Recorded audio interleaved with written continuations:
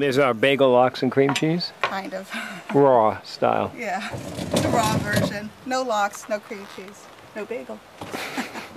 But tastes similar, kind of. Okay, I will sample the goods. So good.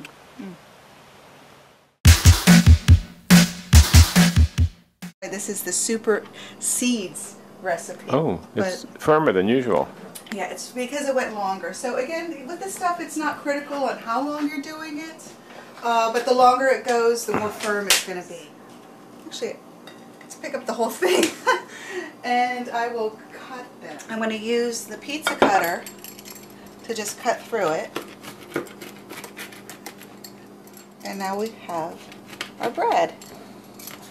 So this is a little bit more seeds than my normal recipe. That's why this is the Super Seeds recipe. It supersedes any recipe before. Any onion bread recipe before. So Super Seeds. This is going to be our brunch. And now we're going to have a modified, I guess, bagel type of breakfast where we have a cream cheese and tomato and olive and cucumber topping we're going to do with it. You'll see. And it's boy, coming. Is that good. Okay, you'll see. I've just been raking. I'm tired. Okay, we're back. The nuts have been soaked now. The nuts have been soaked for about maybe 2 hours at this point. What kind of nuts? These are cashew nuts. Cashew nuts. Remember, you got to soak your nuts to take the enzyme inhibitors. The enzyme inhibitors. Enzyme inhibitors, yeah. The enzyme inhibitors. You got to soak your nuts to take the enzyme inhibitors away, and so it becomes a living food. Okay. Anyway, so I did 1 cup of cashew nuts, raw, organic. I'm going to put it in the food processor with 1 lemon, which is equivalent to 2 tablespoons of lemon juice. It should be freshly squeezed, the lemon juice. 2 tablespoons of freshly squeezed organic lemon juice. I'm going to do just probably, I'll measure this out for you. I think it's going to be... Don't do it for me. For you. I don't care. Half a teaspoon of salt. And 1 teaspoon of the nutritional yeast. Nutritional yeast. Which gives you your B12 too. So B12. Not only are you adding a cheesy flavor, you're adding a B12 flavor. Adding some B12 too. I love B12. Which is great. It's great. B12 is great for you, and it tastes good. And it tastes good. And it tastes good, yeah. So here we go. What I'll be needing is some water too. Water? I'm going to start gauging it on the consistency. I'm going to start with 2 tablespoons. Okay. It might need more, but let me start there. And this will be our cream cheese. You can add chives to it, but since we're putting it on onion bread, I don't want to add more onion flavor. It'll be just a very plain, mild cream cheese. I did 1 round, and I'm going to just blend it even further. Shaking it down. Now this will be a 3 tablespoon. Let's do 4 tablespoons. Water, spring water. Okay. So it gets a little bit more creamy. 4 tablespoons of water total. Okay. And I'll do, after scraping it down, it'll probably be 1 more time of blending it up, and that should be it.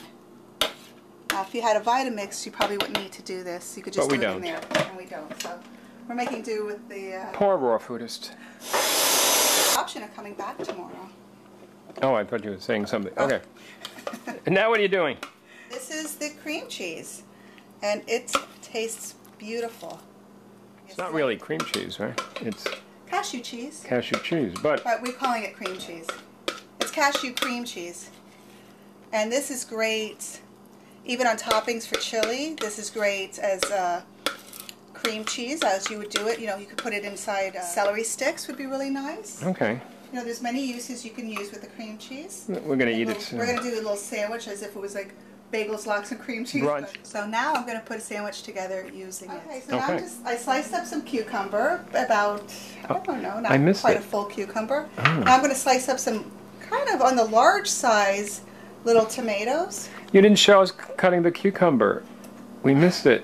people know how to cut cucumbers? I think most people know how to slice a cucumber. One thing that you might not know about is this amazing knife which makes slicing vegetables like cucumbers and tomatoes. And actually, The Kyocera ceramic? yeah, that is an amazing, this ceramic knife.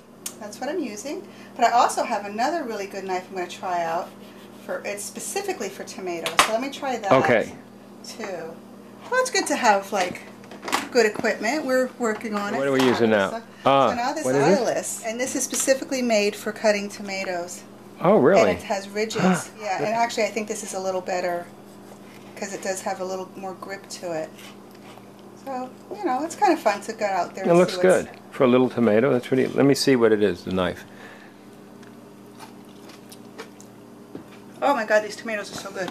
Yeah. With any of this raw food stuff, fresh is really important because that's how good it's going to taste. Is the flavor that carries everything is the and organic, fresh. It's really important when you're chopping delicate things or anything that you're kind of focused and in the moment. Because that's one beautiful thing about making food and preparing and chopping stuff is it does force you, allegedly, to stay in the moment. You know, be here now when you're chopping your food. Okay, so these are olives that still have their pit in them. And so I'm just removing the olive meat from the pit because I want to use the olive saltiness in this little sandwich. I'm putting the cream cheese on first. These are like little bites. So it might be really nice even as like hors d'oeuvres, right? Something this size. Then I'm doing a little bit of the olive, black olive, Kalamata, some cucumber with it, and some thin sliced tomato too. Look how cute that is. And you can eat it open-faced like that. Isn't that adorable? I think we'll do them open-faced. This is a video in case you don't know how to make a sandwich. Yeah. The instructional on how to make a sandwich. Or an hors d'oeuvre. Here we are at Raw Subway. Okay, here we go. So now we're going to eat our brunch outside. It's actually probably like 65. It is. November 15th? Yeah. So it's Indian summer, and it might be the last day we could ever eat outside this year, perhaps. So. And look, the trees are bare. Everything's bare. The leaves have been raked. Okay. Okay. Dig in. So let's go. There's our bagel lox and cream cheese. Kind of. Raw style. Yeah, the raw version. No lox, no cream cheese, no bagel. Okay, I will sample the goods. So good. Really delicious. Amazing that it's all raw. Tastes like bread. And it's not bread. And it's not cream cheese. It's nuts and it's... Whoops! And there goes the topping. And it's whoops. We've added flying tomatoes. So be sure to pick up your flying tomatoes wherever flying tomatoes are sold. Right down the hatch.